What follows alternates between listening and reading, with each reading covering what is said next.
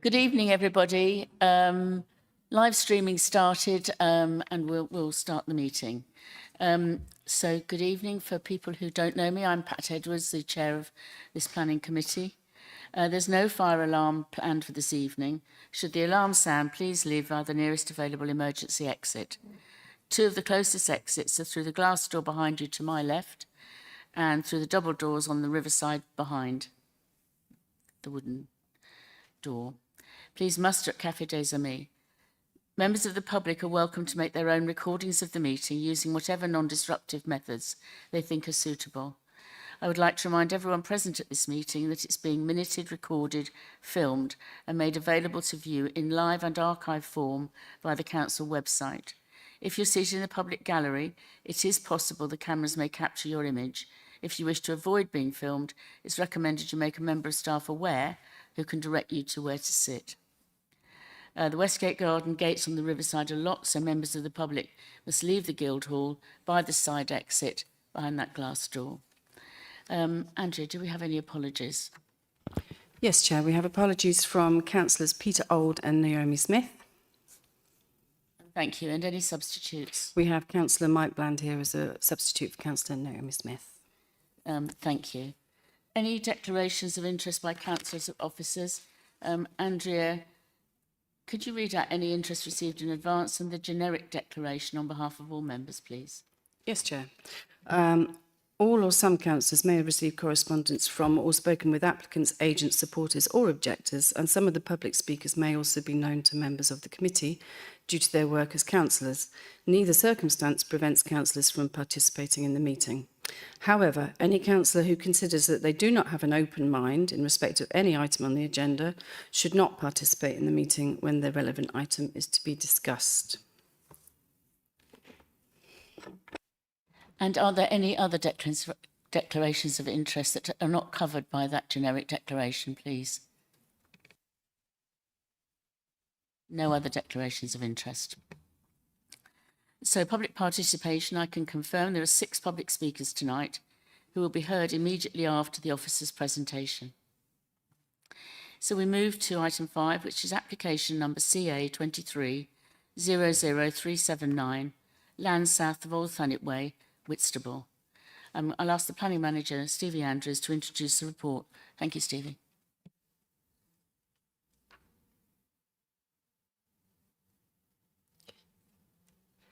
Thank you, Chair, and evening members. So tonight I'm presenting the application for land south of Thanet Way, which is allocated in the draft local plan as a strategic site for 220 dwellings and a park and bus facility.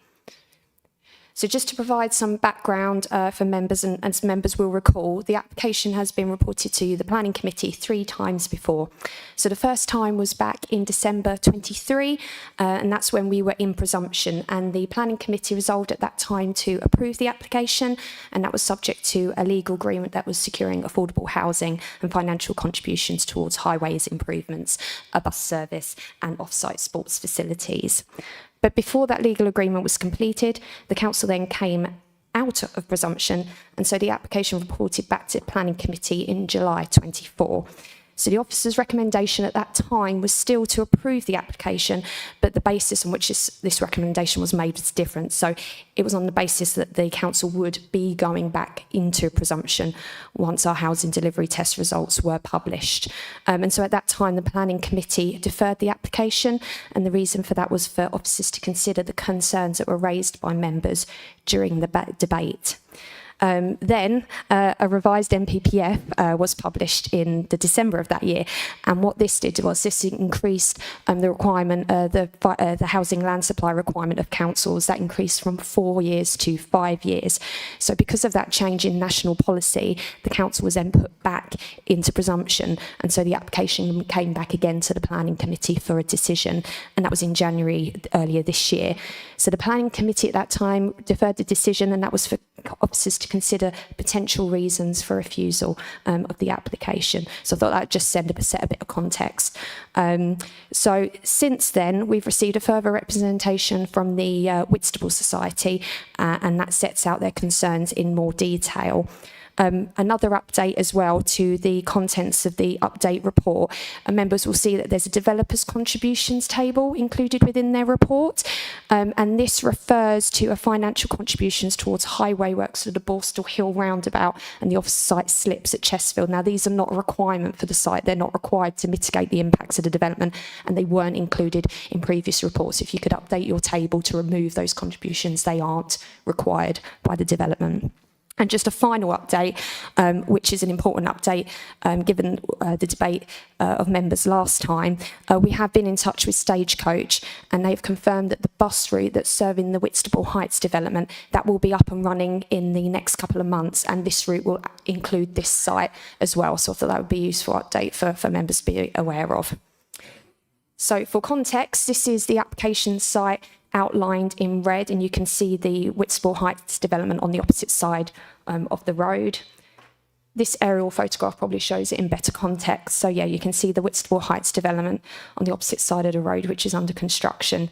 And you can also see Duncan Down as well on the opposite side, with the application site outlined in red. And you can also see the public right-of-way that crosses through the site as well. So this slide, this shows the footway improvements and the crossing point that is proposed as part of this development along the Old Planet Way. So these improvements will make the site more accessible by foot and cycle, and these will also create wider benefits for the Whitstable Heights development and the existing housing in the area. So that's improving their accessibility to Estuary View as well. And I know there was some debate around the accessibility of the site at the last meeting. So here we've got a series of slides that show views of the site from various vantage points. So this is on approach from the southwest along the Old Thanet Way. And here's the photograph here. So as you can see, the site is currently a field, and its landscape character will inevitably change with the development, and that's as if the case with any new development on greenfield land. The landscape character of that area will change. So the next viewpoint is from the Whitstable Heights development itself to the north of the site. And here's the view from the housing development looking out across the application site. The next slide is onto the Old Thanet Way looking south again, and you can see the Whitstable Heights development in the backdrop. And these slides, this shows the views from the south looking north towards the site. So there will be some long range views possible from here. And the scheme includes the built development being set back from that southern boundary, and also includes the retention of the existing tree line along that southern boundary, and also some enhanced planting along there to soften the impacts of the development. And here's the viewpoint from the south towards the site, where you can see the ridge line with the trees in the background. And as the application is in outline form, the layout plan submitted is indicative, but it shows how the development could be laid out. So you can see that the housing areas, you can see the open space, and you can see the existing trees along the southern boundary to be retained, as well as that setback from that boundary. So the officer's report addresses the concerns raised by the Planning Committee at the last meeting. The key question for the Planning Committee now is whether the need for housing in the district, and this includes the provision of affordable housing, would outweigh the harm to the landscape character of the area and the loss of agricultural land. Now, as I said before, the development will clearly bring about some change to the landscape character of the area. And just importantly to note for members that the site is not designated as an area of outstanding natural beauty. It's not designated as an area of high landscape value. So as set out in the officer's report to the Planning Committee, officers have applied the tilted balance that we are required to through being in presumption, and consider that the need for housing in the district, including the provision of affordable housing, outweighs the harm to the landscape character of this undesignated landscape. So on that basis, the application is recommended for approval. Thank you, Chair. Thank you, Stevie. I'm just going to ask Kath to read out a short statement about our speakers just before, and not about individual people, but just about the speakers. Thank you. Thank you, Chair. You will know that the Constitution rules are that the speakers can only speak twice on any matter. However, it's come to our attention that on this particular matter application, some have spoken for 3 times. This was clearly an error on our behalf, and it could be construed as being unfair to those who have spoken within the rules. As a result, and in order to be fair and transparent to all, we have taken the decision to allow speakers on this matter an equal chance to speak. Therefore, you will see some speakers speaking for the 3rd time. Thank you. Thank you very much. So we move on to our speakers, and the first speaker I will invite to talk is Mr. Little, please.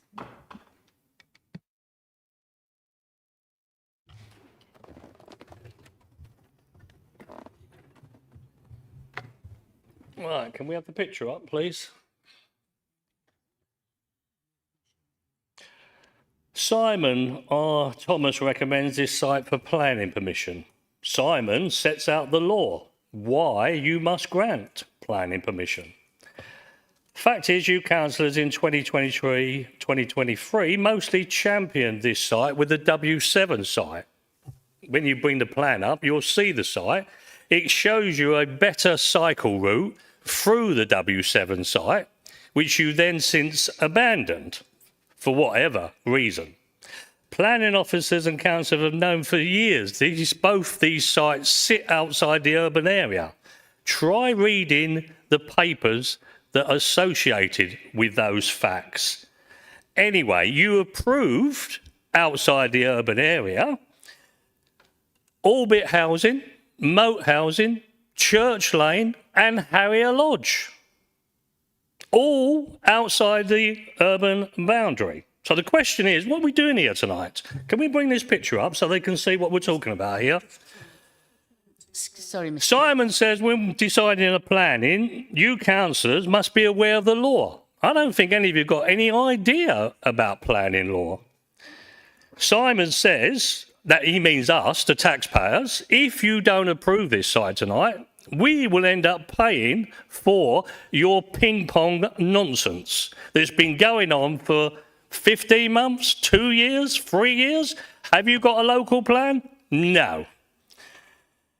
Now, Simon says it's necessary to produce evidence of harm and impact. It must be objective, sustainable evidence. He's actually got a King's councillor to tell you what I told you months ago.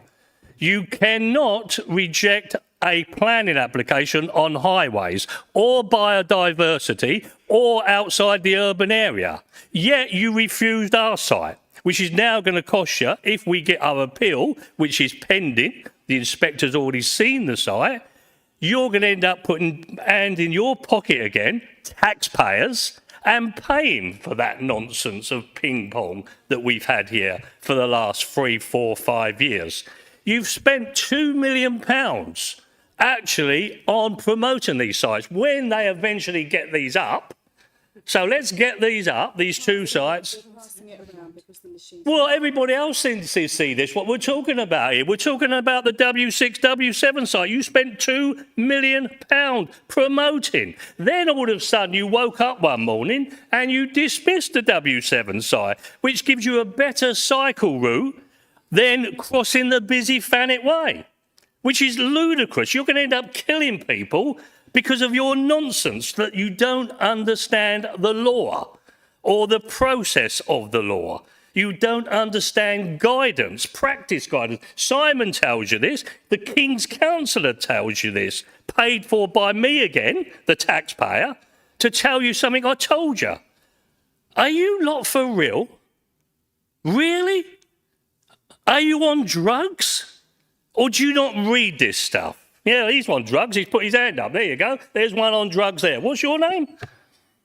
What's this councillor name with the hand up? Mr. Little, your time is up. Who's the councillor here with his hand up? Mr. Little, your time. Who's the councillor with his hand up? It's an Mr. easy Little, question. Your time What's your is name? up. What is it? Stockley. You're on drugs then. Thank you for putting your hand up. Point of order, Chairman. Do we have to sit here and listen to this dribble? Yeah, I do so. Well, where's your evidence? Evidence is you spent £2 million a month on the site. Mr. Little, You then proposed to put the pathway. Mr. Little, Your pathway went through my. Mr. Little, Talk to the King's Council. yeah. Mr. Little, you now have to stop talking and interrupting. It's the next speaker's turn. Drill nonsense. I will. Mr. Little, you say something. That's your. Mr. Little, you've had your 3 minutes. Now, if you please let the next speaker have the same courtesy. Do it at the end when he's heard everybody. Thank you. That's what this is about. That's It's not for him to interrupt. that's what we'll do. We'll call the next one. Thank you, Mr. Little. The second speaker is Patricia Prestage, please.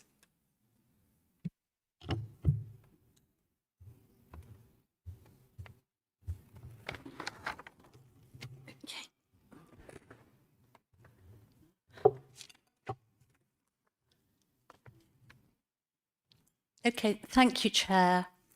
As a local resident, I would like to raise the following 3 concerns about this development. This development will add to the road congestion in the area. If built, most of the residents of this estate, as on the others, will use their cars, as these properties are not near enough to the town or station, and many will be going to work or accessing other services, which exacerbates the hazards faced by pedestrians with such an increase in the number of car journeys. At present, just trying to cross the Old Thanet Way, which is 4 lanes wide, or at the Longreach roundabout, risks your life.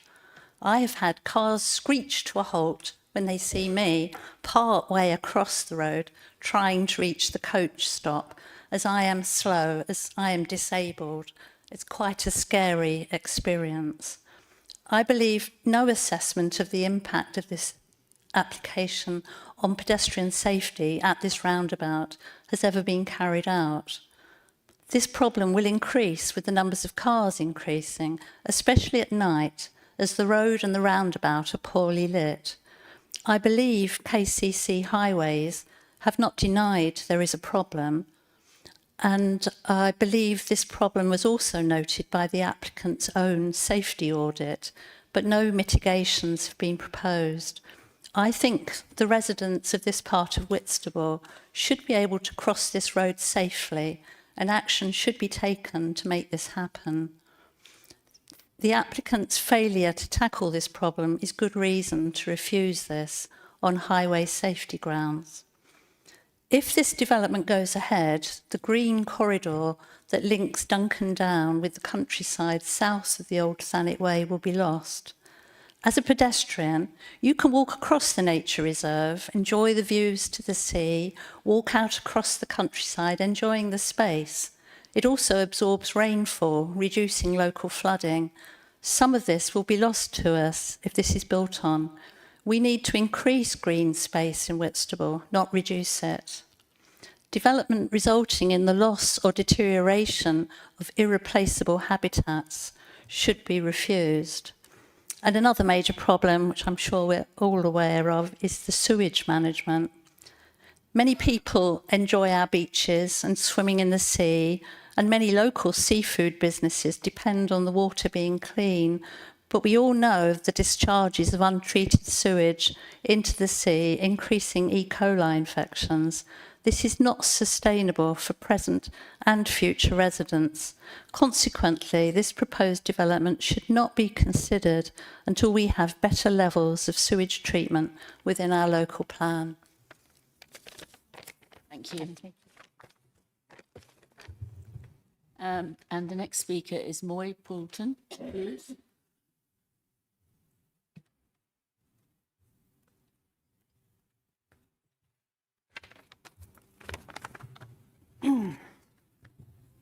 Thank you, Chair. Councillors, I hope you have all by now visited the site and walk up to the top of the hill, seen the amazing views across Whitstable and the Thames estuary, and inland to the Blean. I hope you fully understand what a unique place will be destroyed if this application is approved. I also hope you have all stood at the Longreach roundabout between 3:30 and 4 in the afternoon and witnessed the difficulties and hazards faced by school children walking and cycling home, trying to cross 3 lanes of traffic without any pedestrian crossing. You need to really understand this situation because approving this application will make this bad situation worse. The council is clearly determined to get this application approved and has never produced proper objective advice for you about all the relevant issues. Their committee report for this meeting is biased, superficial, and does not cover all the necessary issues. For example, how can the council seriously consider that building a housing estate on the top of a prominent hill would have insignificant visual impact? At the July committee, the head of planning was asked to write a report examining issues raised by councillors at that meeting and to report back to the next meeting. This never happened. Issues specifically requested to be clarified included the highways problems. Even the report for this meeting fails to examine the highway safety issues. I am not a member of the Whitstable Society, but I know they have written their own report for you, setting out all the relevant issues as seen by local people. The council's report for this meeting largely ignores these concerns. I understand that the Whitstable Society has now raised formal complaints against both Canterbury Council and KCC Highways due to their failure to properly address serious matters raised by local people. This includes highway safety. The Council's report written for this meeting stresses the need for the decision to be consistent with that made at the committee in December 23, unless, of course, you have good reasons. May I remind you all that that committee also triggered a formal complaint to the council on the grounds that the committee report failed to advise councillors about material issues and that the committee were never advised they could defer a decision to allow them to have their outstanding queries answered.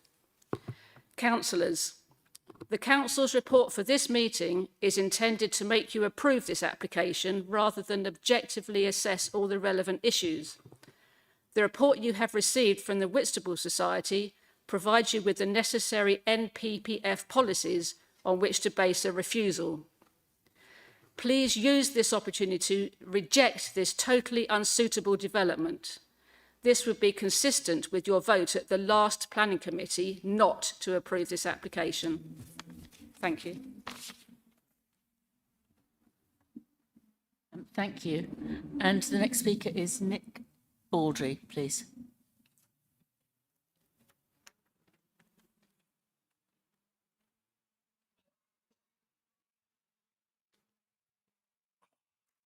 Turn this on here, do I? Good evening, Madam Chairman, ladies and gentlemen, councillors.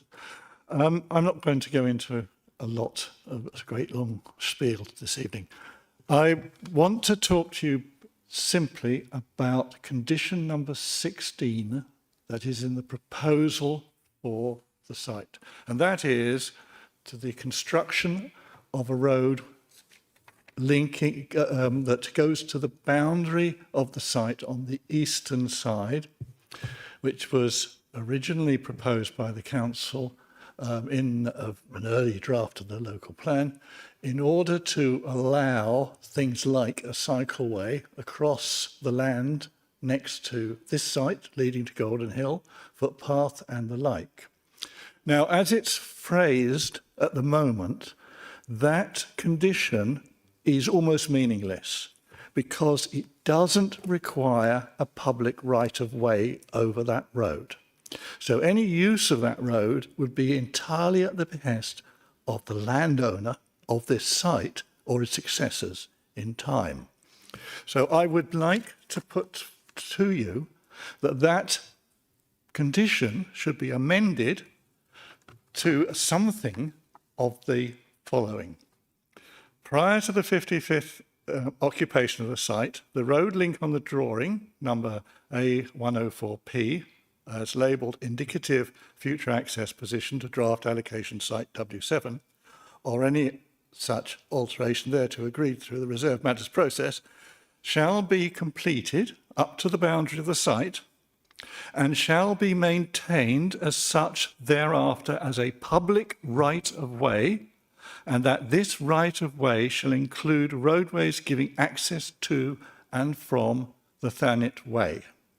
So in other words, that would give the potential for a cycleway or access to the site for whatever, access to the area between this site and Golden Hill for whatever use might be put to that site, whether it's a green site, whether it's housing, whether it's a sports pavilion, whatever it might be, because without this being included, or something very, very similar to this, you will have no access to that land from this development unless you either pay a very large sum of money to the owner of the land or to the loan of the development site we're talking about tonight, or you rely on the goodwill of that landowner. And I think most of us know that the goodwill of the landowner, of the applicant of this site, is unlikely to be forthcoming without a large sum of money being required. So I urge you, change this condition, make it required as a public right of way from now, because if you don't, and if you agree this planning permission this evening, and you don't make this change, you will never have the opportunity again. It is an important matter, and it might be in one condition, but it is an important matter, and I urge you to go forward with it. Thank you. It's written there. So thank you. That's the W7 side, gentlemen, you councillors, if you're not aware what he's talking about. Just one moment, everybody. Mr. Little, please. We're trying. Please.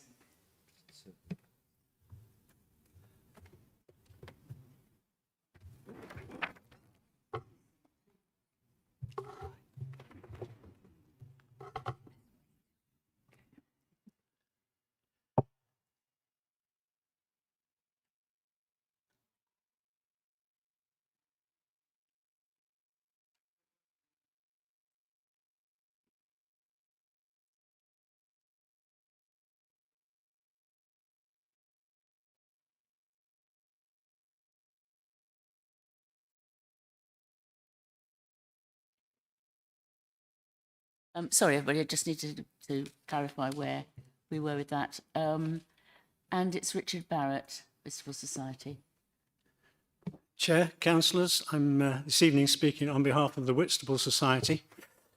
And I'd like to point out that despite the tactics and position of the Chair and Head of Planning that are taking to force through this application, we should be clear that this development fails substantially in NPPF terms on highway safety, pedestrian access, transport links, environmental impact and landscape harm, as the Society has pointed out to you in detail in the document that we sent to you on the 28th of February this year. But let me reiterate some of the key points. First of all, highway safety.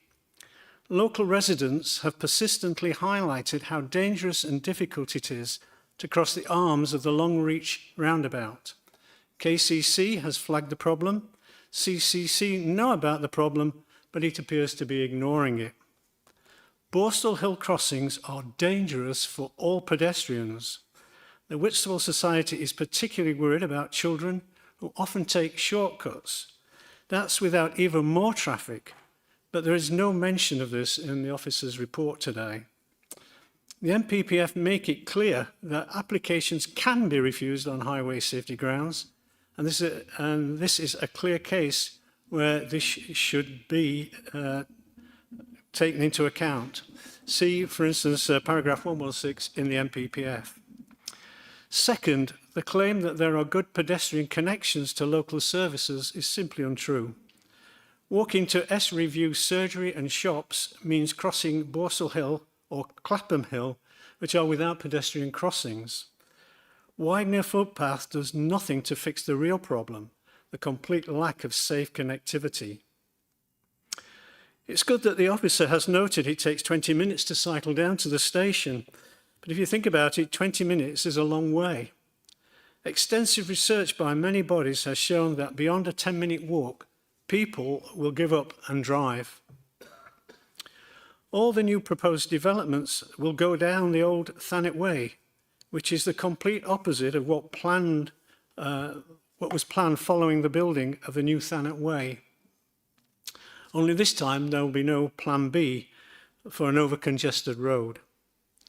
On a personal note, I've lived near the top of Millstreet Road for 15 years and can tell you the bus service is absolutely appalling.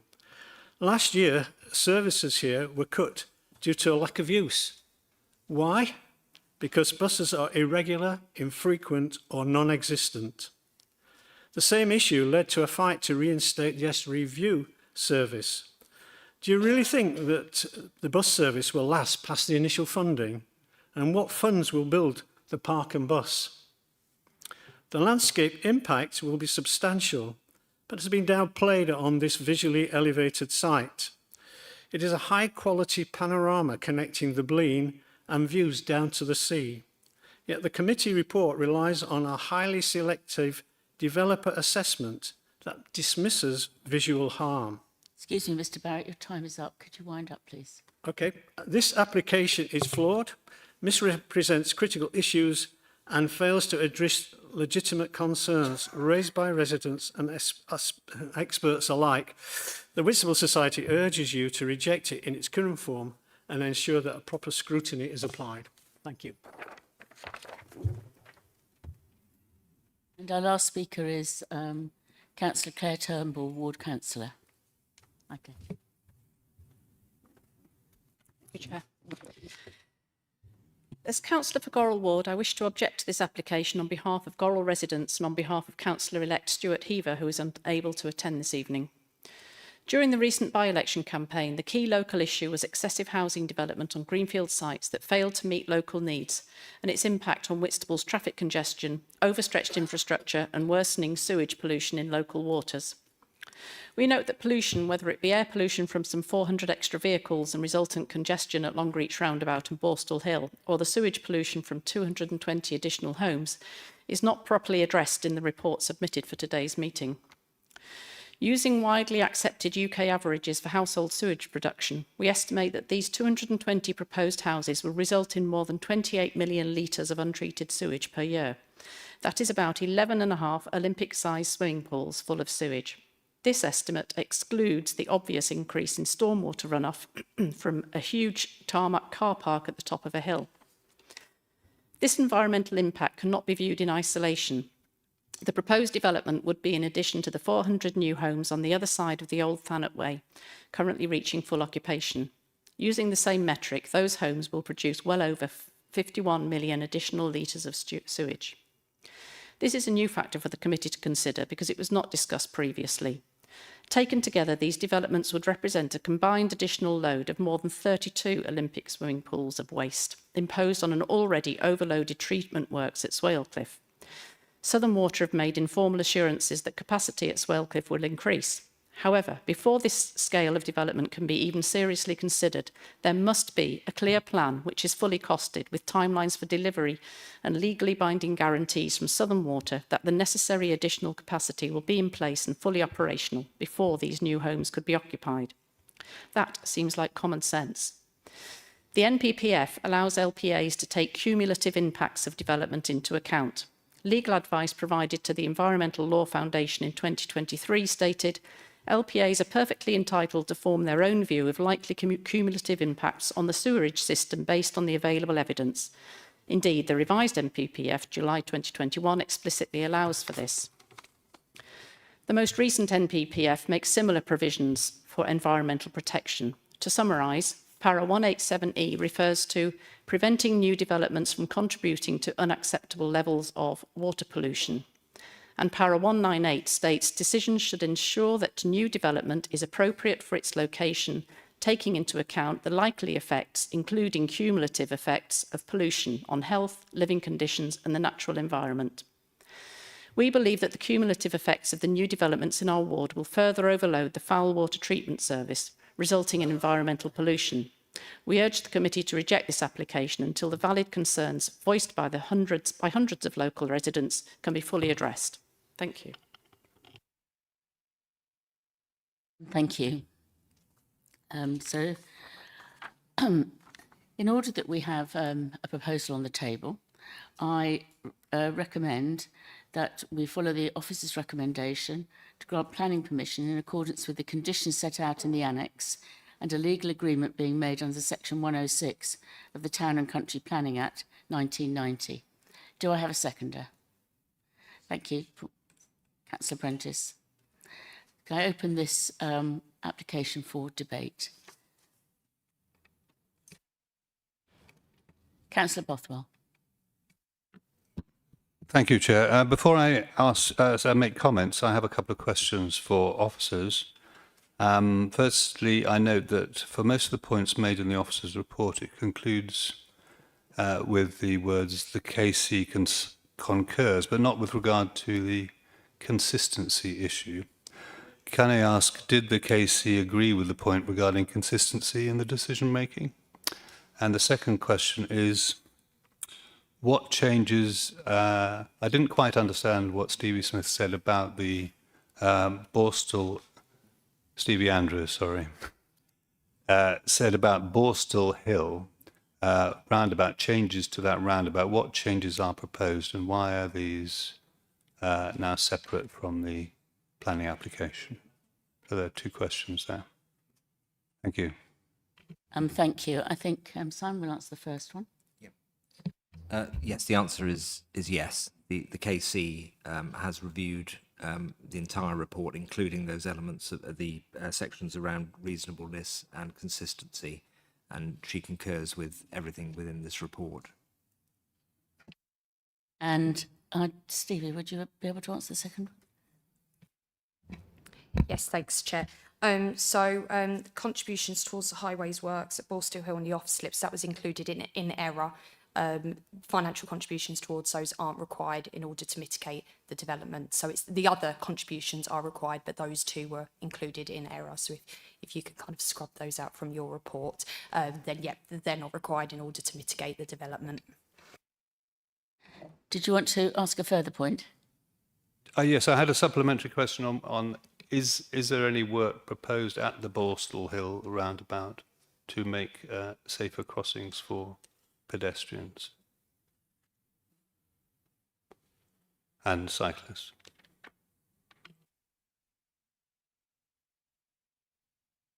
No, there wasn't any specific works at the roundabout at all, and I think there was initially some discussion about whether there needed to be works at the roundabout, but that was ultimately KCC decided that there wasn't the evidence that those works were required as part of this application to mitigate this application. Just hold on a second, because I just want to check something.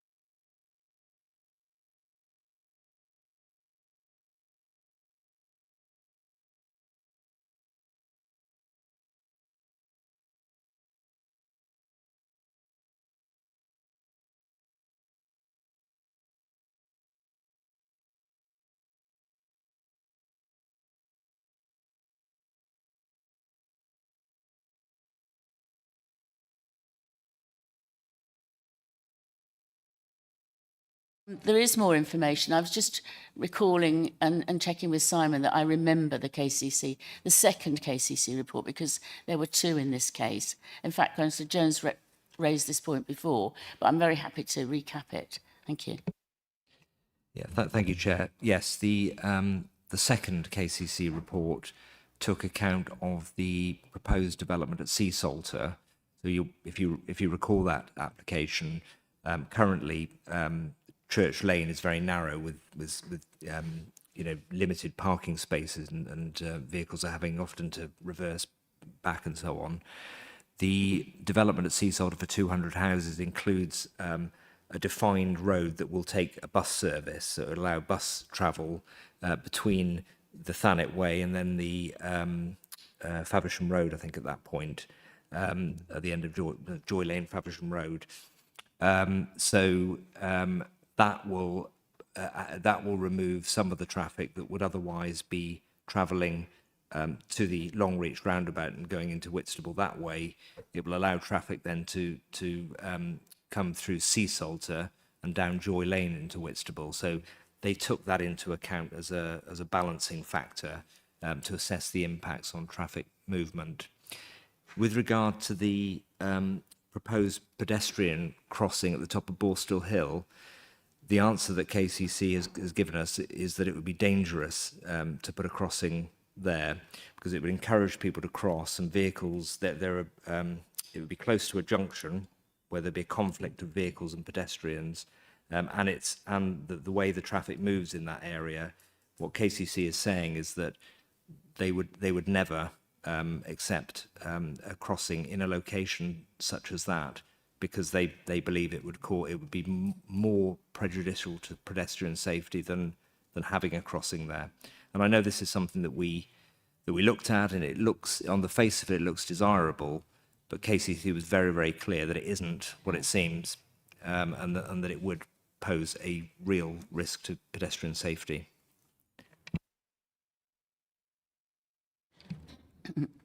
Councillor Mellish.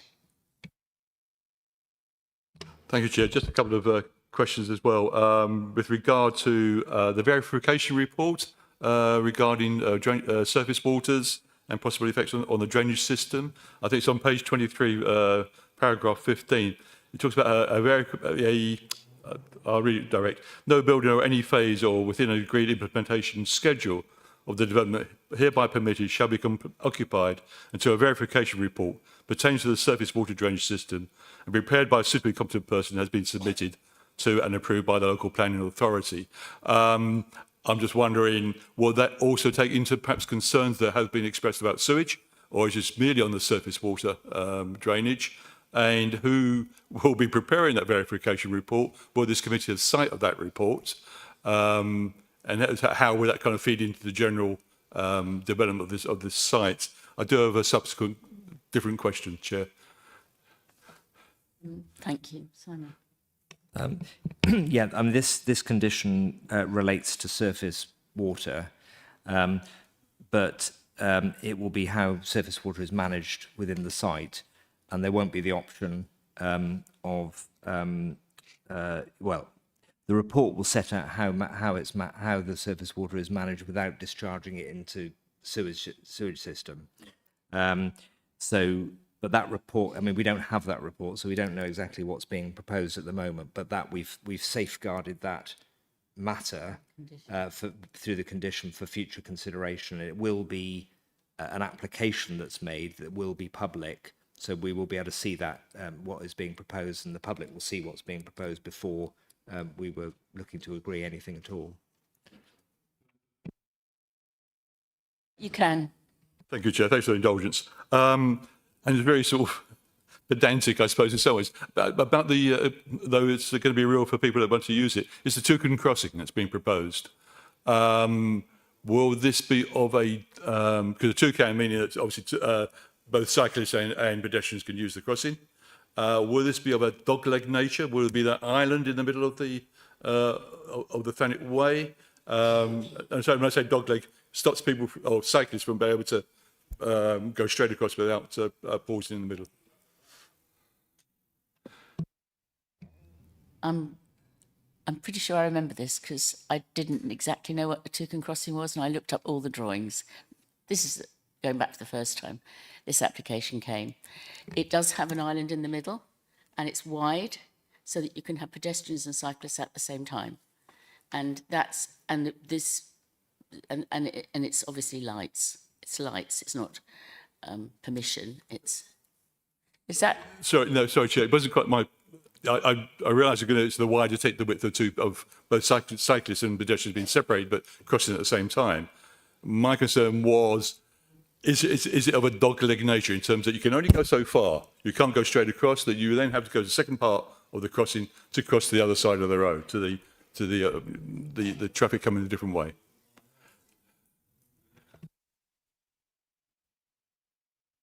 just do remember that there was an island in the middle, so it's expected that people would stop. But I mean, clearly, if it was clear, you wouldn't need to, would you? Because it's traffic lighted.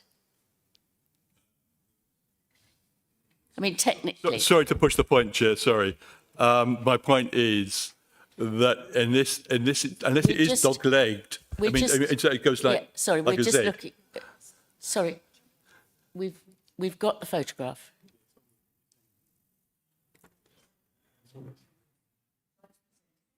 So yeah, I'm sorry to be pedantic. It means that if you have to stop at a barrier and then go to a separate part of the crossing to get to the other side of the road, then that's more preferable than one that goes straight to an island and then you wait for the button to change the lights again.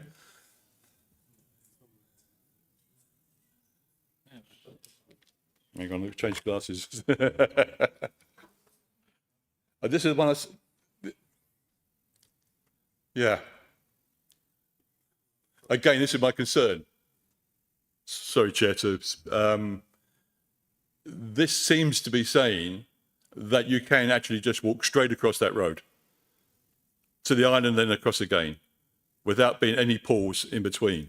You can, somebody could take the chance they want to cross from there. What I'm saying is if there's a barrier in the middle of that island, so therefore you have to walk another few yards to cross again, that will be a safer way of crossing at a toucan. You get it in lots of places across London. Euston Road is a classic example where toucan crossings are used in that way.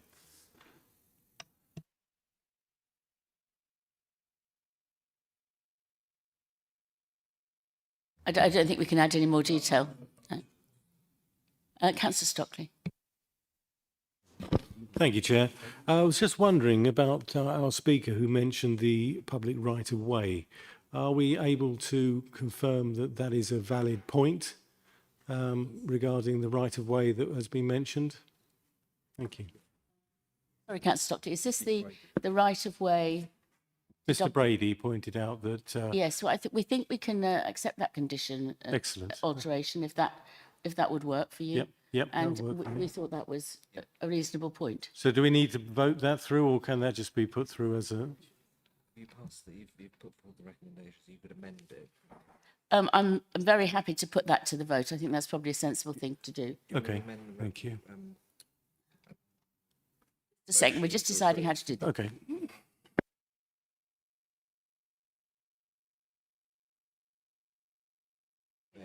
Okay, apparently, because I am happy with it, and I did think there was a good point to be made there, I'm happy to amend that point in the conditions. And as long as my seconder is happy with that, Councillor Prentice, yes, Chair. then we can vote on it as one whole motion. Thank you.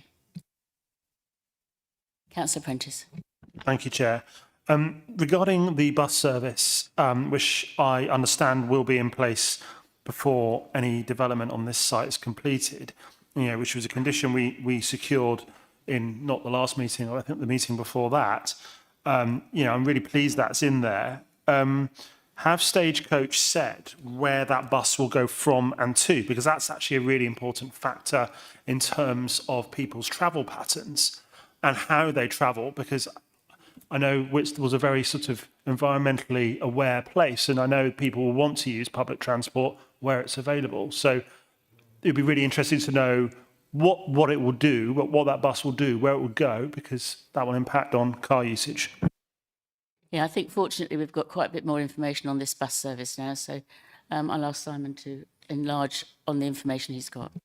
Yeah, so I had discussions with Stagecoach after our the last meeting, and they said, what the Whitstable Heights development has given 300,000 towards kickstarting a bus service.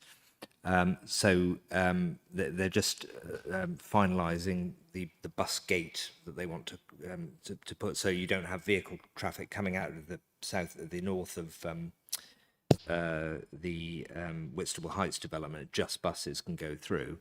So now it's either been or will very shortly be established. Stagecoach are intending to run that bus service using the funding initially from that development.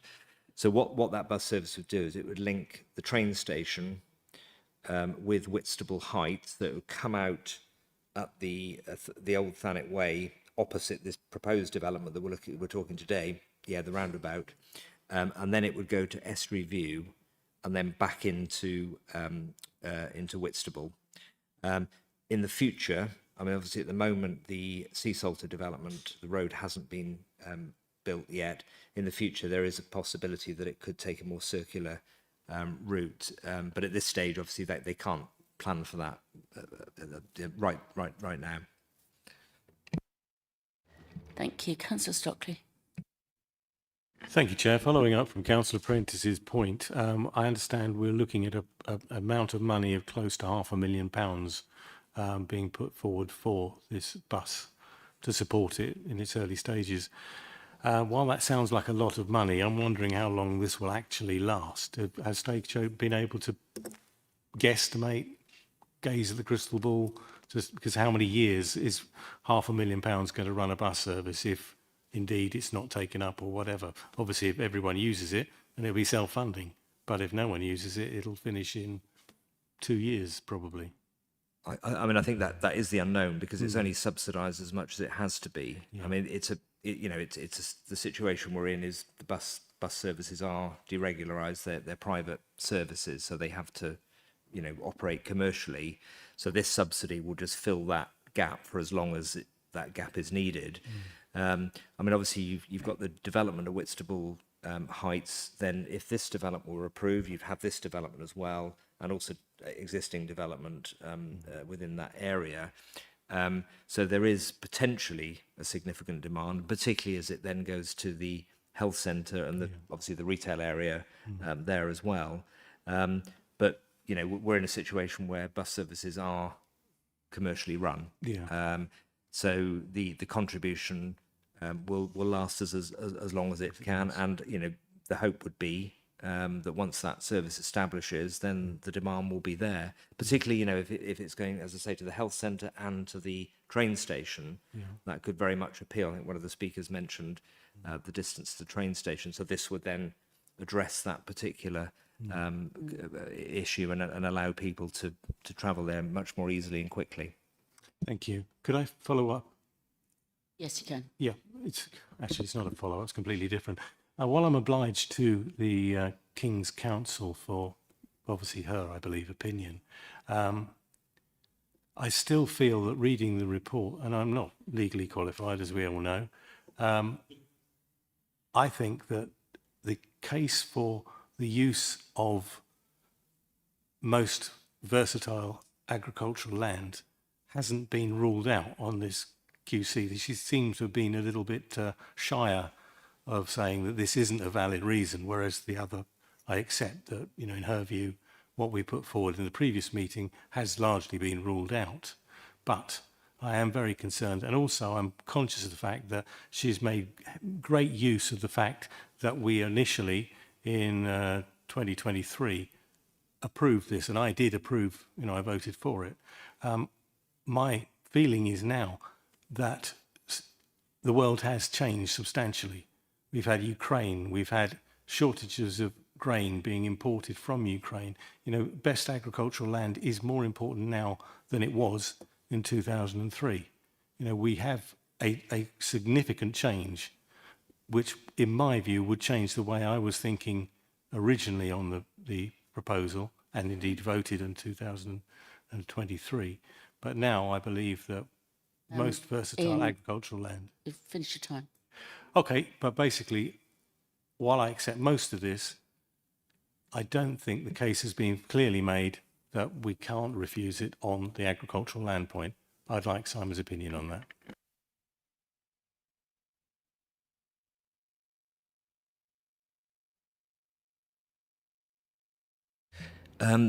Yeah, I mean, this site, I mean, a lot of the land within our district is best and most versatile agricultural land. That's grade 1 to grade 3A.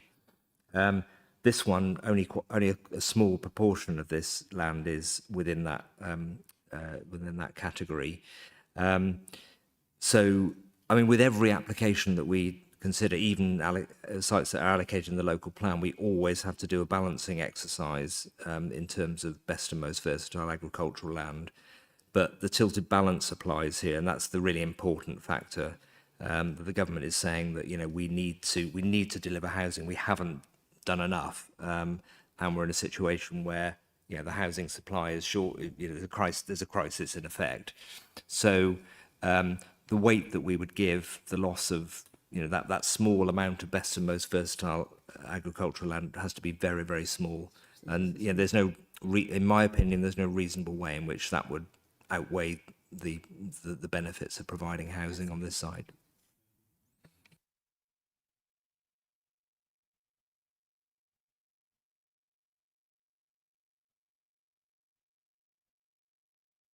Oh, I'm sorry, I should have put my... Councillor Jones. Thank you, Chair.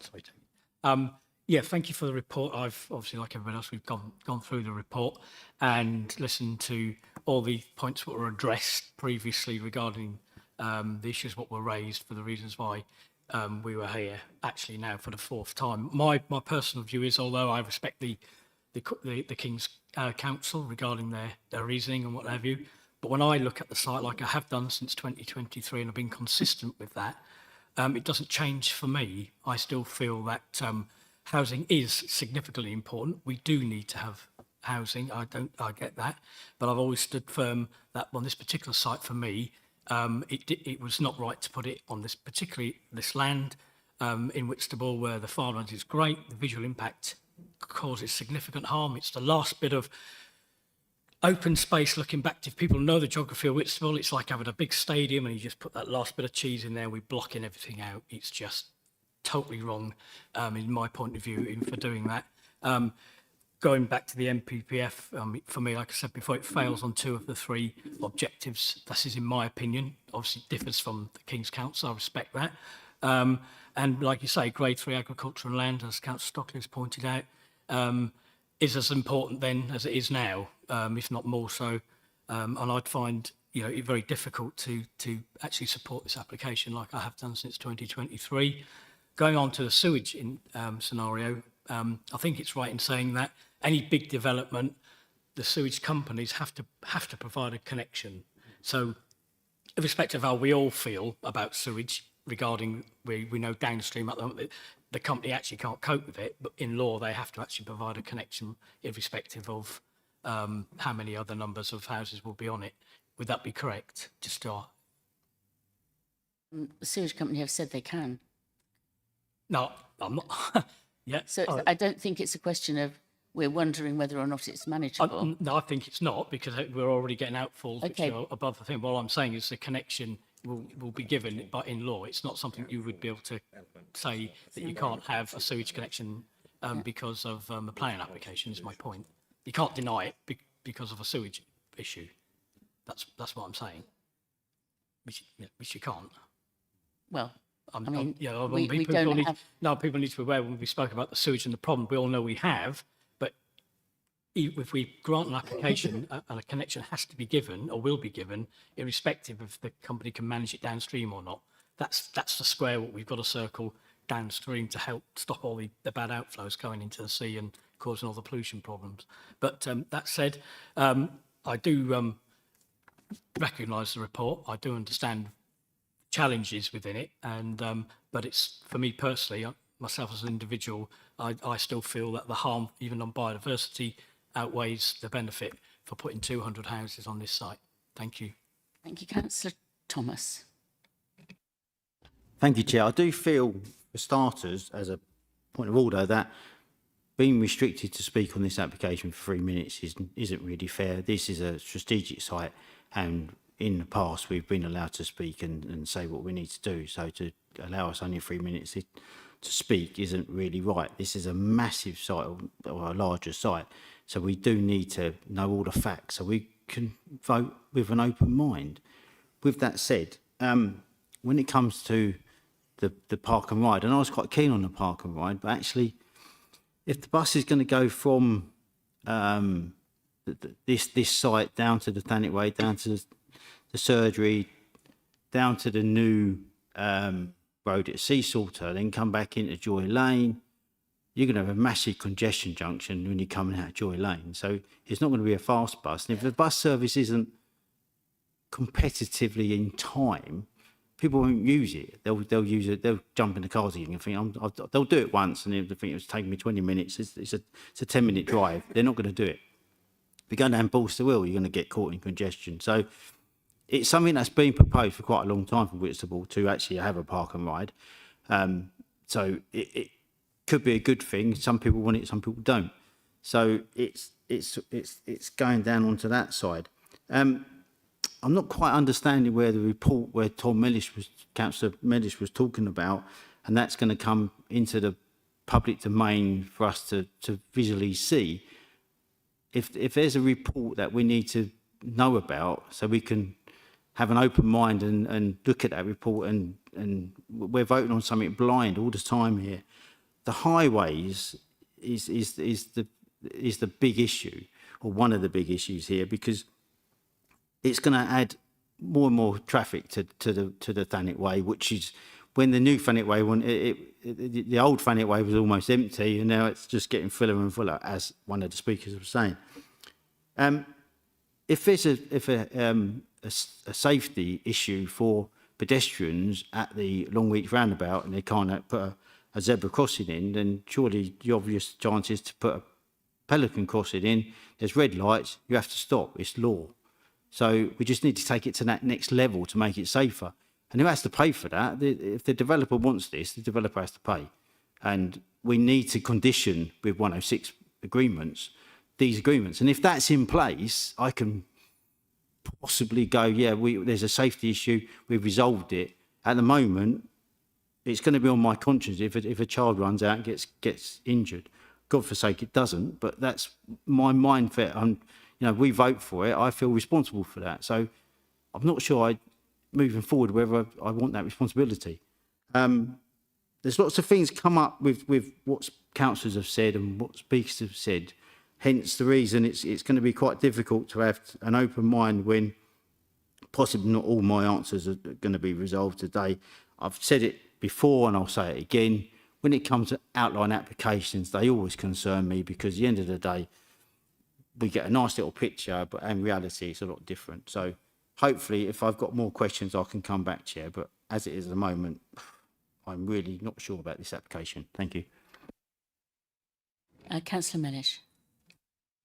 Thank you, Chair. I'm not quite sure whether I'd get an answer to this. It's around housing, because Councillor Stockley kind of prompted it in my head that we could expect something like 40 if the developer keeps to the contingency that there will be 30% affordable housing on this site. And I think it's about 20% of that, 70% of that will be social housing, if I've read the report correctly. We could expect around about 40 houses that are social houses. Now, I assume this is going to be managed by some sort of tenant association. So I'm wondering, is there any thought, are we too early in terms of who that might be, or who might be contending for it, and what the relationship with that organisation might be with the council in terms of trying to find housing for our 4,000 plus people on the housing need list?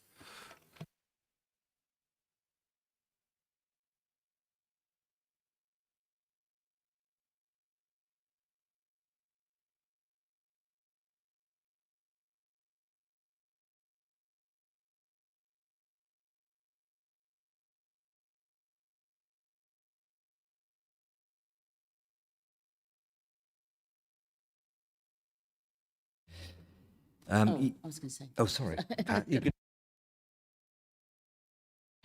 was going to answer, but Simon can always come in if he wants.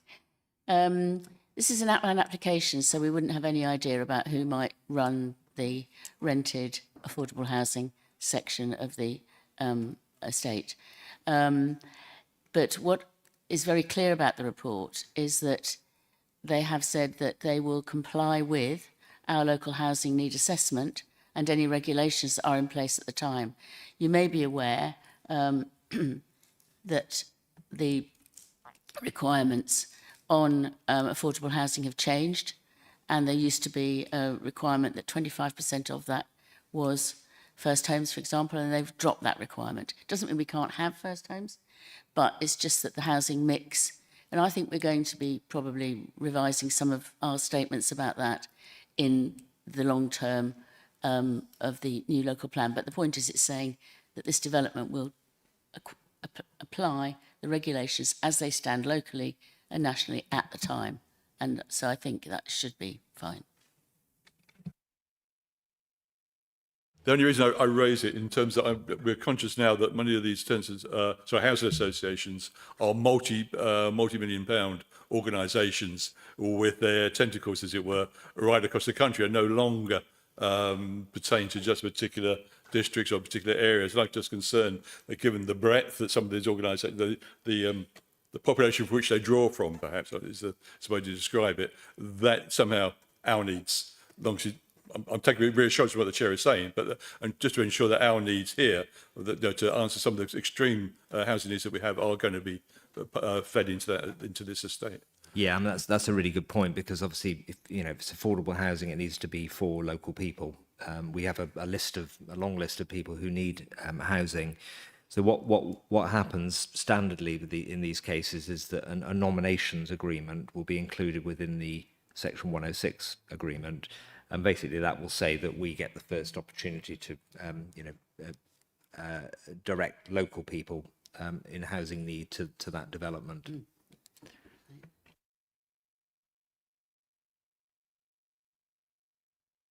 Thank you. Thank you. Councillor Bothwell, I think you wanted to come back in. Yes, I did. Thank you. I'm in two minds about this application. I think there are both merits and demerits with this particular site. But there are also lots of unanswered questions, and these seem to be increasing over the course of the evening.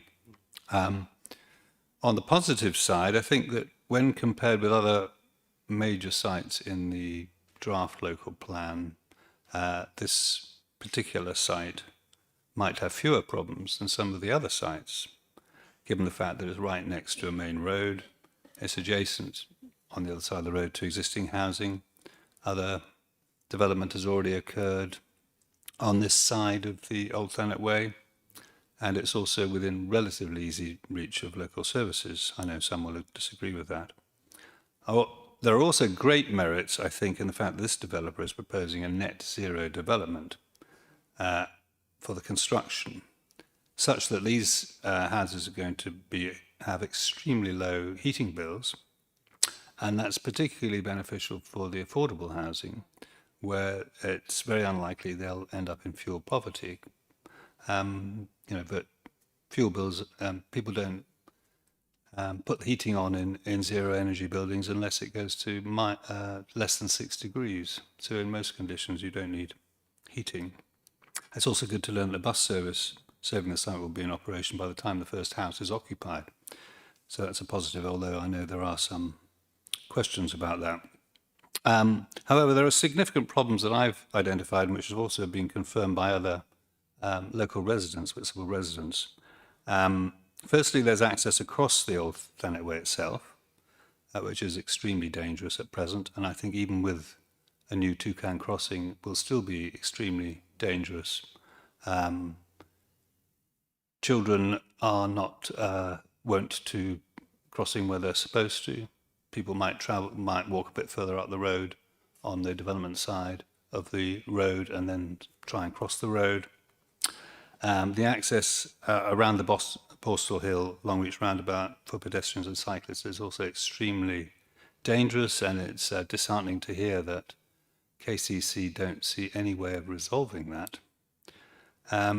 So that brings into question whether it's suitable to have any housing here at all when people can't move around on their feet, and this council is trying to encourage active travel. How on earth can we have active travel in the district if people can't cross the roads safely?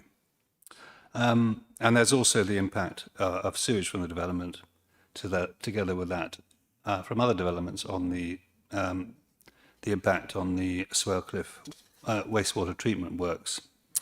And fourthly, although 30% is affordable, the housing is not tailored to meet the particular needs of local people. I'm not sure what can be done to satisfy this last point when we have a commercial developer rather than a public housing provider, which would be ideal. But in my view, the first 3 points can be provided for by adopting 3 additional conditions to the application to make it acceptable, and which, as councillors, I think we owe a duty to local residents to put these conditions in order to satisfy their great concerns about the site. I think the Old Thanet Way should be a 30-mile-an-hour road, which would immediately make it safer to cross. Maybe additional crossing points provided further towards the Borstal Hill roundabout, perhaps, maybe beyond the site. How on earth the Borstal Hill roundabout itself can be resolved, I don't know. But ideally, there should be safe crossings across all wings of that roundabout. And I think, thirdly, that before the first house is occupied, the sewage treatment works at Swellcliffe should be upgraded and with additional treatment capacity such that sewage from this development would not lead to any increased risk whatsoever of sewage spills in the sea. This condition should be judged by us as a council, or if we do not have the expertise, by an expert rather than Southern Water. And this kind of condition has been applied by other planning authorities and upheld at appeal. Thank you. Thank you. Councillor Buckman. Actually, I might just carry on that point from what Councillor Bothwell was saying about the speed limits, and I think it just about the speed limits on the road. I mean, it's a common theme, I think, in these sort of committees, that unless KCC seem to say that it's a severe impact on road, that nothing can be done about it. And I think maybe one day their traffic modelling should be looked at, and because obviously if you have more houses, you are going to have more cars. So it may not necessarily be the amount of traffic. It could be the speed that it travels. And as I said before, an electric cars are obviously quieter as well, so you're not even going to hear them come in. But my actual couple of questions was on the park and bus, the actual car park area itself, whether, because obviously the area it is on and it's be tarmacked, will it be built with will it be sort of SUDS compliant? Will there be sort of dry ponds nearby to help with the drainage and the runoff? Although that, obviously, if you have the dry ponds, that's less green area because you're not really going to be able to use it for that much leisure. And then also, although it's an outline application, the boundary at the back, is there any, I mean, you said that you're going to build away from the boundary, but could that not happen if they didn't want to? Could they build right up to the boundary edge, even though on this diagram here it's away?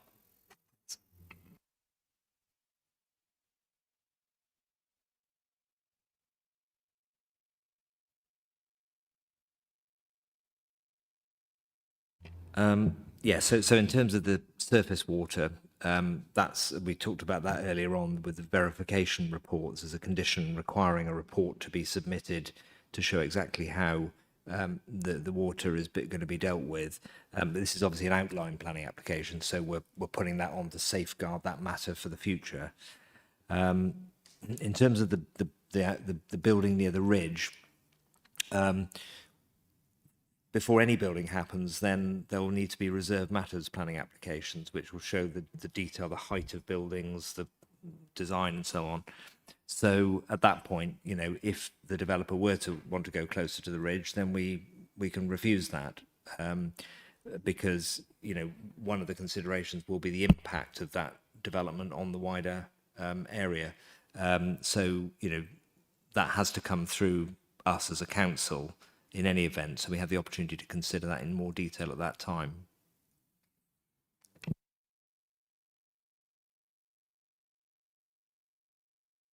Thank you, Chair. Sorry, just a couple of questions. Obviously, I missed the couple of committee meetings in between. I abstained on the previous discussion back in 2023, and I just got a few questions about the presumption. Because I noticed from the report that we got, which obviously was pushed back from the questions councillors raised last time about, I wanted to ask directly, if this site, if we weren't in presumption, would it being outside of the current adopted plan be enough to decline this site? Well, these things are quite complicated, but in general terms, if we have enough housing, so we're not in presumption, we've delivered and we've granted enough planning permissions, then we can stick to our adopted local plan. Yeah. So yes, it does make a difference. It doesn't stop us granting permission for other sites coming forward. And in fact, as you're aware, this site is identified in the draft local plan. So the council has done some level of analysis of landscape impacts and so on, and identified this as a site for the draft local plan. But that is draft still. It's not an adopted plan. It's not an adopted plan. But it does show the direction of travel of the council. So we could grant the permissions, for sites within the draft plan. But the point here is that we're in presumption, so we do need to be granting permissions to raise our housing stock because we're falling below what we need to do. Yeah. Apologies, Chair. The reason I said... I'd like to just comment as well. So when we're in presumption, we could be getting any developments forward.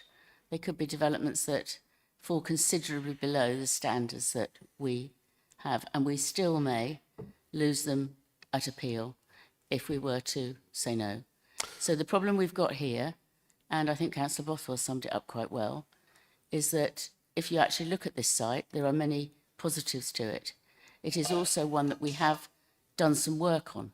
So we have actually, because of the local plan, been through the process of deciding that this is a suitable site to date. I mean, we know the local plan is still to come, but at the moment we're not looking at a reduction from the new government on the numbers that the old government wanted, which means that since we reduced it to its tightest, we're in difficulty. So I think what we need to really look at is the whole situation about what being in presumption means, not just in relation to this, because this probably won't be the only one, and we do have to decide whether or not we think on balance this is one that would be better than maybe some others, and at least this one's gone through part of a process.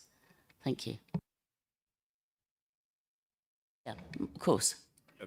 Sorry to be quite leading, Officer Thomas, but I think my concern is that obviously, and you eloquently put it in the report, that it's going to go to a QC and they've looked at it already and they've said that this will get overturned. I think the democratic process in this room is absolutely, let's be really frank, let's call it what it is. It's an arse tonight, because obviously we're fighting a battle against trying to push water uphill with a bucket with holes in. And I think, the Chair's eloquently put that, no matter how I cut this up, I abstained last time on principle because of sewage, because of roadways, because of all these things. But fundamentally, the law is stacked against residents and us as committee members who aren't legal experts.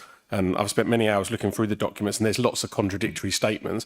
I think my concern is that if I believe that you mentioned the word tilted, but in the framework, the national policy framework, it doesn't actually mention the word tilted, it just says balance. If I feel that policy is enough, that it's outside the local plan, I know it's in a draft, but it could be declined in the draft. I just think that, for me personally, could be enough. I'm still undecided. I just think it's hard because we're going to get, like you said, Chair, multiple sites like this coming forward. Does this set a precedent then that fundamentally anybody that comes forward now with a site outside the draft, because we're in presumption and they tick all the boxes, which they are doing on this potential site, biodiversity, net gain, etc., the committee we're meeting for a reason that, in essence, not being candid, is defunct because the officer's report overrides it every time. That's when I want to say my piece after a lot of revision. Thank you. It's not. I just need to be clear. We're talking about planning law here, not the officer's opinion, but the planning law. And that's what we keep coming up against with this particular case. But there would be ones that would not be sustainable under planning law or the NPPF, no matter that we're in presumption. I mean, that's, I think, what I'm trying to get over. We just have to think about it in the whole context. And just, by the way, I don't think we can put any conditions on about sewage, because it's the authorities that deal with sewage that have said that they would be able to connect it. So I don't think we can do that. It's outside again. It's, you know, it might be frustrating, but it's actually outside what we can do. On the 30-mile-an-hour limit, just want to say that when we did pass this, we did recommend that we worked with KCC on all of this. I did write a letter. In fact, I wrote a couple of letters. One was about the bus. It was informative, so we could do this again. And the informative about the 30 mile an hour was that I wrote to KCC and said that we felt that the speed limit was important along that road. We got a reply back that we did discuss. I think we partly discussed it in closed session, actually, but we could certainly go back. There was no point in pursuing that because then we were out of presumption and we rejected the application, but we could certainly go back, and that's what we decided to do. So it was an informative about writing to KCC, engaging with them over the speed limit along that section of road. You have to remember, while we talk about other ones we have passed in this little section, strip section, the one near Borstal Hill is residential, and we had exactly the same discussion. In fact, it's almost more complicated discussion about that access across, because it's even nearer the actual roundabout. And we did decide to pass that one. The point I'm trying to make is that we did have this discussion about all this stretch is being developed. You know, truth to tell, the one at the top of Seesaw to being another. And that, you know, I would be very happy to go back to that informative, wording it however we want to today, and see whether we can get into some, you know, much further negotiation.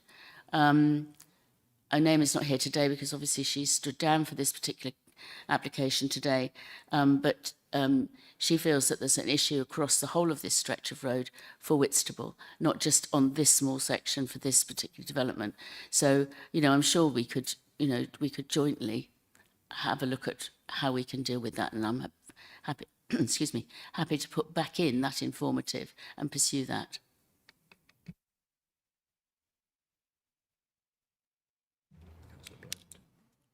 Okay, hang on. I think we need to let people who haven't spoken. What do you think? Well, it's Councillor Prentice next.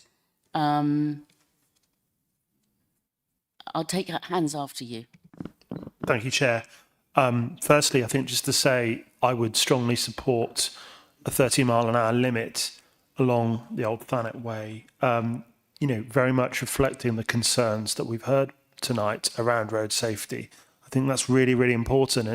And that concern goes all the way back to the first meeting that I sat in on this application. We've got a fast road. We've got the new Thanet Way passing, you know, to the south of this anyway. This becomes, with the development both at Whitstable Heights and this particular site, if passed, it becomes a more urban area. And so naturally you would expect and desire a slower speed limit. It calms everything down. It makes the area much more peaceful and, you know, genuinely a more pleasant streetscape. I think just another point I just want to make, just sort of, you know, generally responding to things that others have said around me, is that, you know, we don't have the power to control how KCC have responded to this. They have responded several times. They decide on the road safety issues, and I'm not normally one to defend KCC, but I think we have to take what they have said into account on, you know, because that's what they've put forward in this application. I don't necessarily like it, I have to be honest, and I think they could be much more proactive on road safety. And of course, if we had a unitary authority, we would be much more joined up on these things, and we could take a more coherent and cohesive view of things. But I would, like I say, Chair, go back to that discussion we had around a 30 mile an hour limit. We might not be able to mandate it, but it seems like something that we should push for as an advisory. And I just go back to what I'd originally said and I'd supported in that earlier meeting. Thank you. Councillor Thomas. I was just going to make a comment on the actual Thanet Way speed limit. When it was discussed, there's sections, most of Herne Bay section, to be fair, is 40 now. And it would make sense to make the whole, I think there's parts of sections in Whitstable that's 60 miles an hour coming up to the footbridge across the Thanet Way, if I remember rightly. So it does go 40, 60, 40 and all over the place. My suggestion would be, and I've said it for quite a long time, to actually have the whole stretch of the road at 40 miles an hour. If it's 30, I wouldn't have a problem with that as such, but you have to change the whole thing, and I don't know what the process of that would actually be, but that was discussed. I mean, it would make sense to actually make the whole road 40, and then if you know it's 40 all the way through, there's not much confusion. But if it's 30, I don't mind. Councillor Band. Thank you, Chair. I've listened very, very carefully to everybody's contributions on this, and it's the first time it's come to my attention for thinking it through. But there are a number of things that are concerning me. I mean, the main thing that concerns me is the number of people that are in housing need in this area, and I think that can't be overlooked even when considering this. There are thousands on our own housing waiting list, and that's just one indicator of housing need in the district. So there clearly is an issue about us being able to provide housing for those people that rightly deserve a family home, like the rest of us enjoy. And I think that's a very important thing to bear in mind, and it explains why we're in presumption. I mean, presumption is because we're not performing well in terms of providing houses that families and individuals need. So I'm very much keeping that at the forefront of my mind, but I'm also concerned about some of the things that have been said, particularly about sewage. So a couple of clarifications from me.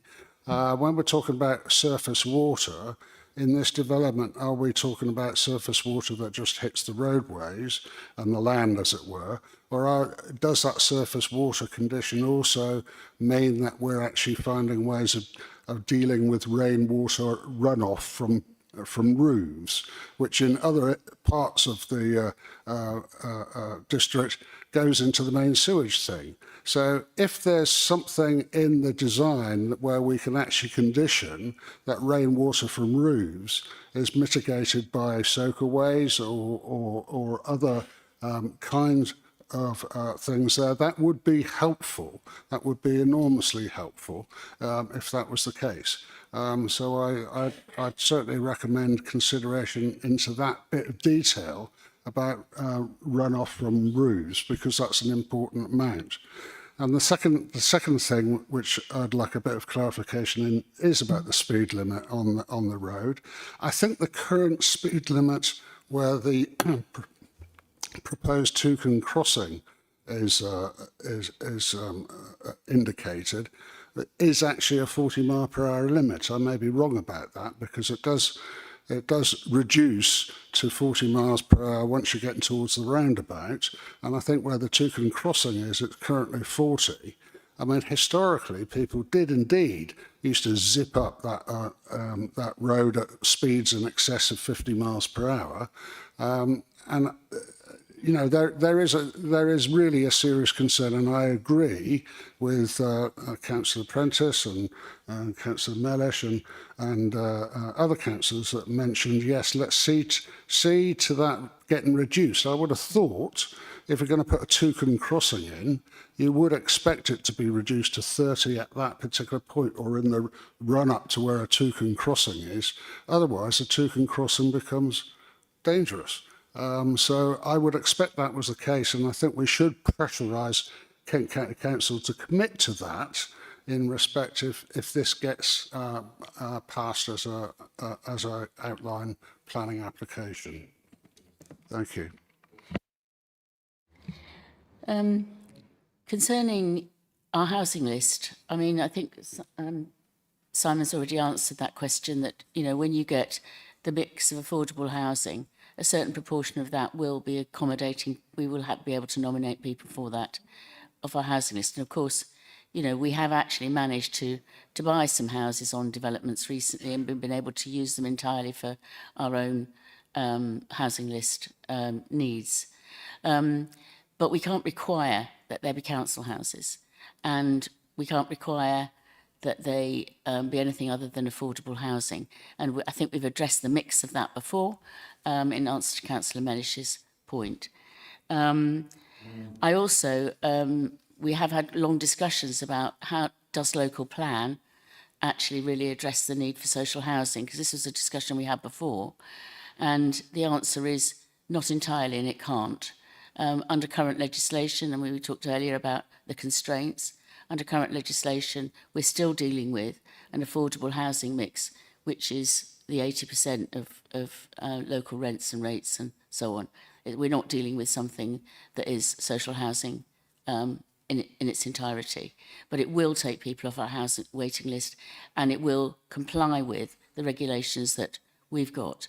And they are offering 30% under those conditions on this site. On the surface water, the condition on page 22 does say that they will demonstrate surface water generated by this development for all rainfall durations and intensities up to and including the climate change adjusted critical 100-year storm can be accommodated and disposed of without increase to flood risk on or off site. So when they prepare their application in more detail, we'll get a chance to see that they meet these conditions, and that is a condition. Thank you.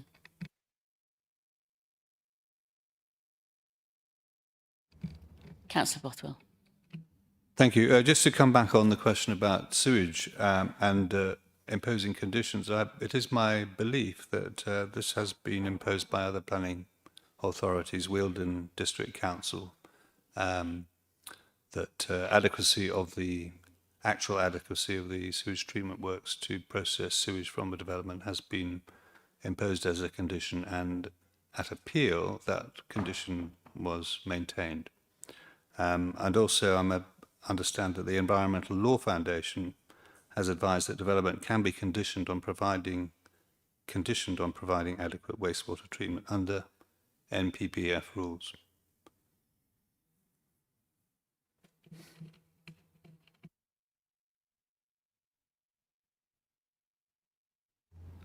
I mean, the planning legislation requires us to, it allows us to look at certain factors, certain material considerations, where there's another body and another piece of legislation that controls a particular thing, such as wastewater treatment works and the discharge, then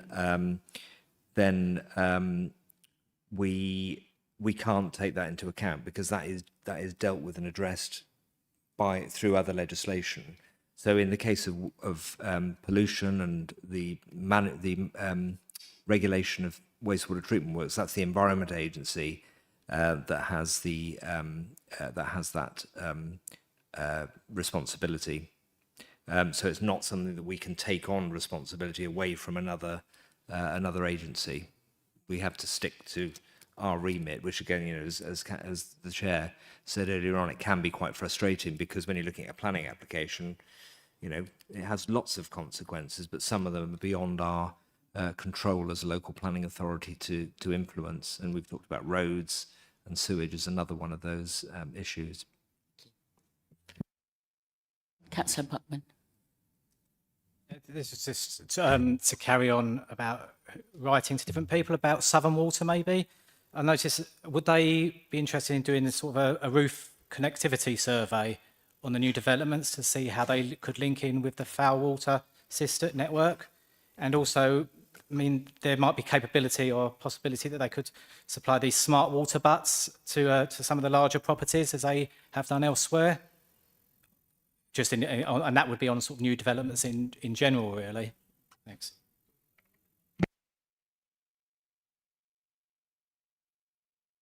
I mean, we don't know what measures they would put in place to meet that, but some of that might be what they're going to do. I mean, we don't know, because this is an outline application, but good ideas. Councillor Stockley. Thank you, Chair. I was just wondering, how many houses are we short? You know, you're saying that if we don't agree this, we're going to have to agree more anyway. I'm just wondering how big a dent is this 200 properties going to make in our overall shortfall until we're out of presumption? Because to be honest, let's be honest, all the time we're in presumption, our hands are largely tied. I've said from the start that I like this development. I like the properties. I like the fact that it's been well thought out. It's working towards carbon neutral. It's just it's in the wrong place. But we are where we are. You know, how many properties are we short? It's all very well saying we need to put this 200 in, but this is, unfortunately, as is demonstrated by our QC's advice, King's Council advice, as soon as you set one principle, that will be beaten. You'll be beaten over the head with that forever and a day. Exactly the same happened when we passed this in 23. We're now being told that we can't really refuse this because nothing's changed. So we must be very careful, because it's all very well saying we need these 200. Yes, we do. We need more houses. But as soon as we pass these, we've then green-lighted virtually everything else. Although effectively it's green-lighted anyway because we can't refuse it.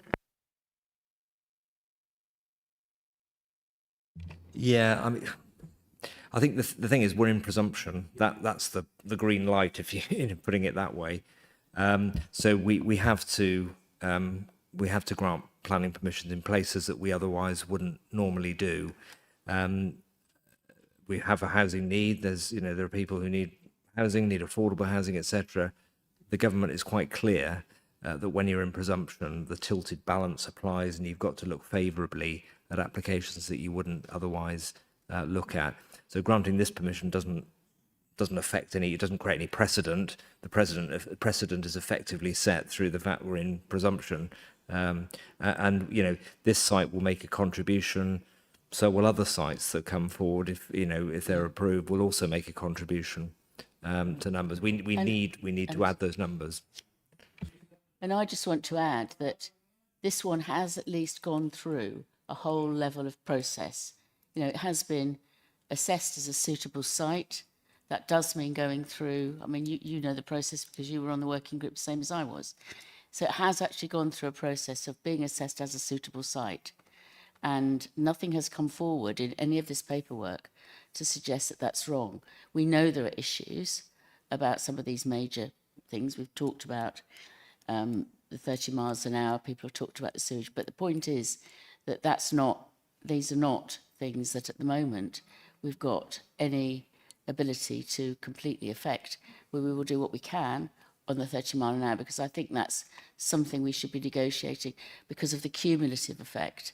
That's the bit that worries me more about this what's going on the Thanet Way across the piece. So it doesn't give a green light. It just means it's a presumption, it's a tilted balance in favour. But all these other factors do matter.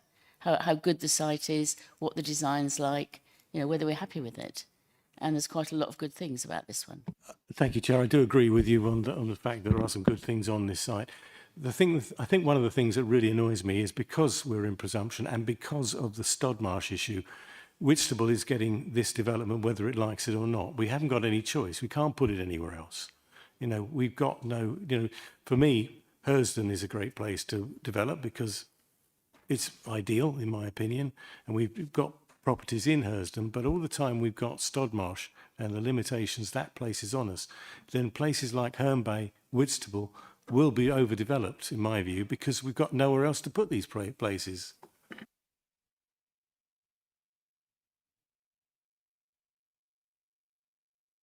We have plenty in the pipeline for around Canterbury, I can assure you, but we're not there yet, are we, with the local plan? Is there anybody, Councillor Smith? Very much, Chair. I think just about, I've listened to all of the councillors, and I think the one point I think that perhaps has not been properly answered was Councillor Stockley's first point about the harm from the landscape value. Once gone, it's gone. And it's the, Simon Thomas referred to it as in the tilt, which is as listed here. but it is one of those curious words, harm. Harm to one person tilts one way, harm to another tilts the other way. And it's, and I think that one is the problem when you get people who admire the views, who walk through these areas, who enjoy these areas. For them, the tilt will always be in favour of keeping the landscape as it should be. For people who are in looking at the need of housing and so on, then the tilt is the other way. I mean, like Councillor Stockley, I like this development. I think they did a lot of effort in it, and it's a good development in its way. It's just in the wrong place, and that in itself is a problem. I think the other points that were raised about the highways issues and the sewage and so on, Councillor Prentice mentioned that this is a perfect example for why we should be a unitary, because certainly the highways, and I agree with him on that completely. It's you know, this is one of those arguments where, you know, people in a room should be talking about these kind of issues as one authority, not as two different authorities with where one can't quite trust the views of the other, which is what seems to be going on historically between the two of us, like KCC and CCC. Yeah, I'm still really undecided on this one. It's a very, very close one. And as I said, if it had been somewhere else, I think I would have been very happy with it. And I agree with the view that Stobmarsh and so on have pushed things into Whitstable and Herne Bay unfairly. I also think there's a restriction in housing across our whole district due to the areas that we've got, which should rightly, if you were to take a sort of green view of it, limit the developments, the sort of Ramsar sites, the AOBNs, the areas of outstanding natural beauty, and the argument that was made by some of the speakers in this particular case that it's a corridor that links Duncan Downs and that last little green sort of window in Whitstable on the hills there to the Blean. And I think that was the point I made last time around in January. So again, it's that harm. Where did you sit on that? I must say I'm very undecided on this one. But anyway, hopefully it will help people to think about those. Thank you.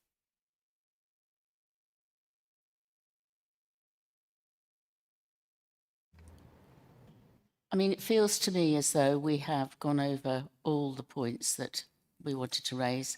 Most people who've put their hand, well, a lot of people put their hands up have had the opportunity to speak twice, so sorry if I curtailed some speeches at the beginning. But I have let everybody come back. And I think for me to try and sum up or say any more is probably not worth it. But I do hope everybody is really thinking about the issues that are raised in the report and the fact that we have gone to great lengths to get as much legal information for you as possible in this report today by going outside as well to get the KC's report, and that's another look at all the paperwork. It's not been done lightly for anybody. We know there are issues with development all over the district and greenfields and so on. It's not easy, I know, it's not easy, but I think we should move to the vote. So if we could move to the vote, and a vote in favour is to grant planning permission in accordance with the conditions set out in the annex and a legal agreement being made under section 106 of the Town and Country Planning Act 1990. Condition 16. Yes, so we've got the amendment to the condition 16. We've got the wording from the gentleman. Let me read this. Yeah. So we're changing.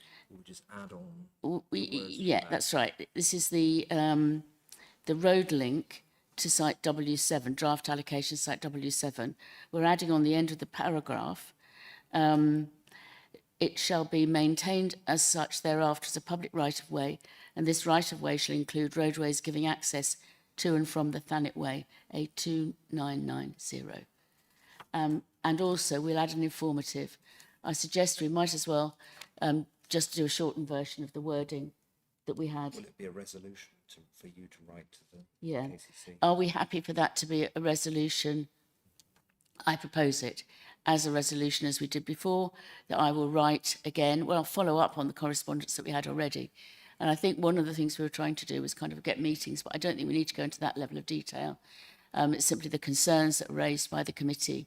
I think we should go for the 30 miles an hour, even if that doesn't quite work and we end up with the 40 along the whole route. But I think that that would be much more sensible. There's so much development now along this road. It's not isolated. And, you know, see where we go with that. And it's about the piece as a whole. So that's why it's not a condition or anything we can do with this particular development, but actually it's something around the, as a whole. So as the chair, I will write what the committee's wishes, that we enter into discussion, a dialogue about that. Simon, is that okay? Yep. So in that case, please could we move to the vote? Thank you.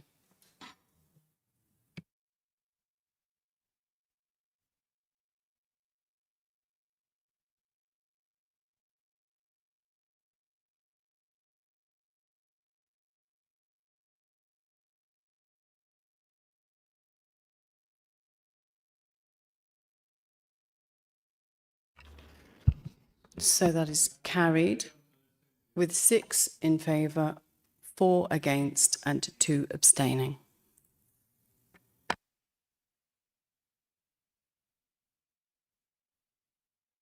Thank you very much, everybody. I know it's not been an easy decision at all.